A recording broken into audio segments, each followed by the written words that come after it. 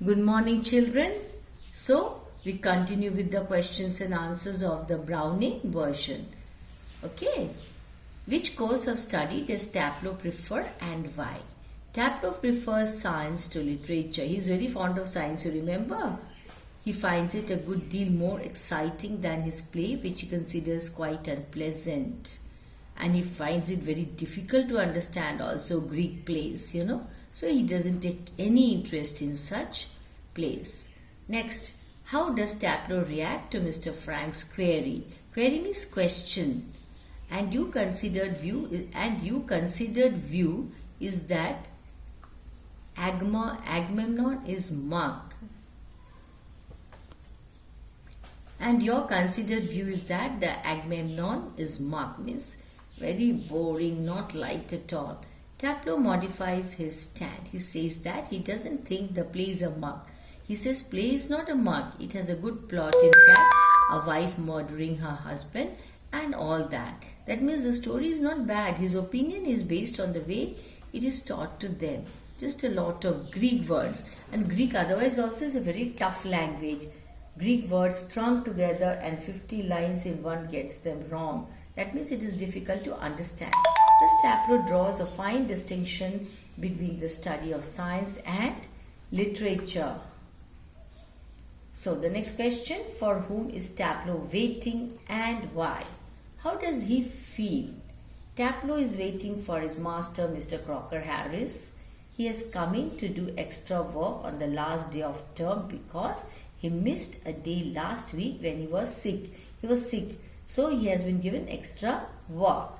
It is a sort of a punishment actually. Since the weather is quite fine, he feels quite unhappy to be confined in a room. He might as well be playing golf. He must be playing golf. Who? Crocker Harris. That is what he thinks because the weather is fine.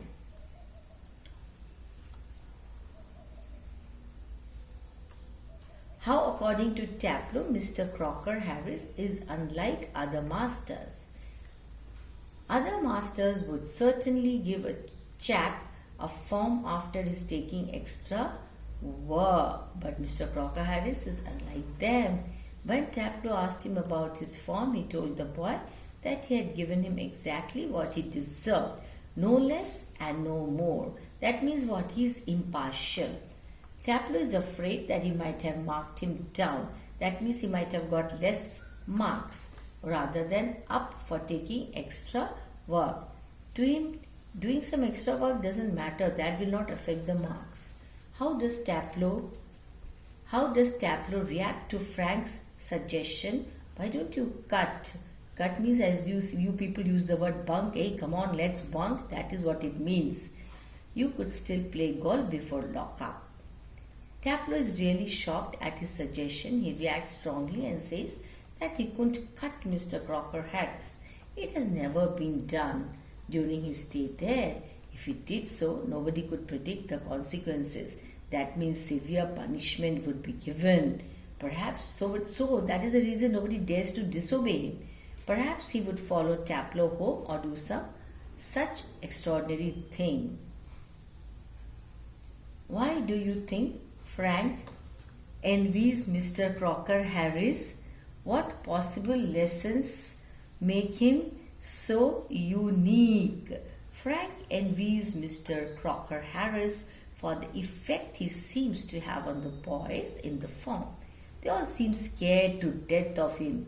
That means all children are scared of him. Yes, he wants to know what he does, whether he beats them all or does something else which is awe-inspiring. He is interested to know. Taplow informs Mr. Frank and that Mr. Crocker Harris is not a sadist. Next question. How, according to Taplow, does Mr. Crocker Harris differ from other masters in his reactions towards others? Mr. Crocker Harris is not a sadist like some other masters. He does not get pleasure out of giving pain. If he were a sadist, he would not be so frightening. It would show he has some feelings, but he hasn't any. He's all dry like a nut. It seems he has no feelings, no emotions. He seems to hate people to like him, but other masters like being liked. What leads Mr. Frank to comment, "I'm sure you're exaggerating." Taplow says that Mr. Crocker Harris seems to hate people to like him. Yet, in spite of everything, Taplow does rather like him. But somehow or the other, somewhere in his heart, he has a liking for Mr. Crocker Harris. He can't help it. He thinks that sometimes Mr. Crocker Harris notices it, and that seems to shrivel him up even more, makes him even more scared. This observation of Taplow seems far-fetched. So Mr. Frank remarks that he is exaggerating. How does Taplow refute the charge that he is exaggerating? That means he doesn't agree. Taplow says that the other day Mr. Crocker Harris made one of his classical jokes in the class, but nobody laughed. But this fellow laughed too, Taplow, just to show that he respects him, he likes him. Nobody understood it, so no one laughed. At last Taplow laughed because he knew the master had meant it as funny. Actually, Taplow is scared here. He did so out of ordinary common politeness. Secondly, he felt a bit sorry for him for having made a poor joke. Why does he call it a poor joke? Because it doesn't make anyone laugh. So therefore he calls it a poor joke. Nobody laughs. Mr. Crocker Harris did not praise Taplow for it. How did Mr. Crocker Harris react to Taplow's action of laughing at his joke? He noticed that Taplow had laughed at his little joke. He confessed that he was pleased at the progress. Pleased means he was happy at the progress Taplow had made in his Latin. It was clear from the fact that he had understood so readily what the rest of the form did not. Then he asked Taplow to explain the joke to the rest of the class. Because he laughed, so it is understood that he understood the joke. How do Taplow and Frank react to Millie's arrival? Frank seems infinitely relieved to see Millie. On the other hand, Taplow is nervous. He is unable to control his emotions and whispers to Frank if he thinks she has heard their conversation. He is afraid that if she did so and tells her husband, he'll lose his form. What does Millie tell Taplow about her husband? What assignment does she offer the young boy? She tells Taplow that her husband is at the bursars and might be there for quite some time. So if she were him, she would go. Taplow remarks that Mr. Crocker Harris had specially asked him to come. She then asks him to run to the chemist and bring medicine according to the prescription. So she gives him a prescription and tells him to get some medicines. Thus he could do a job for him. She would take the blame if he came before Taplow returned. She said not to worry, she would take the blame. What you learn about the system of education in old British schools from the play Browning version. Old British schools, much stress was laid in old British schools, much stress was laid on the study of classical languages, that is Latin and Greek, and very difficult languages. Students of the lower fifth form were made to learn a classic play like the Agamemnon. Since the stress was on the acquisition of language, that means language learning, stress was laid on that, the students found it disinteresting and very unpleasant.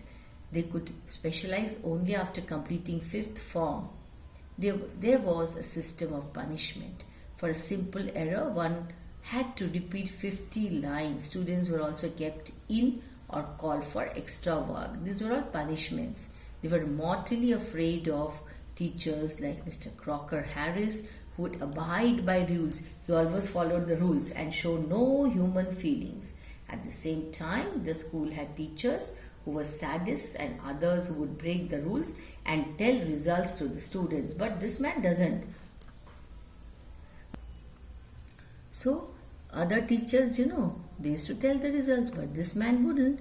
So students like Taplow were afraid of hard masters like Mr. Crocker Harris. Still they liked him because he was law abiding, he followed the rules and regulations.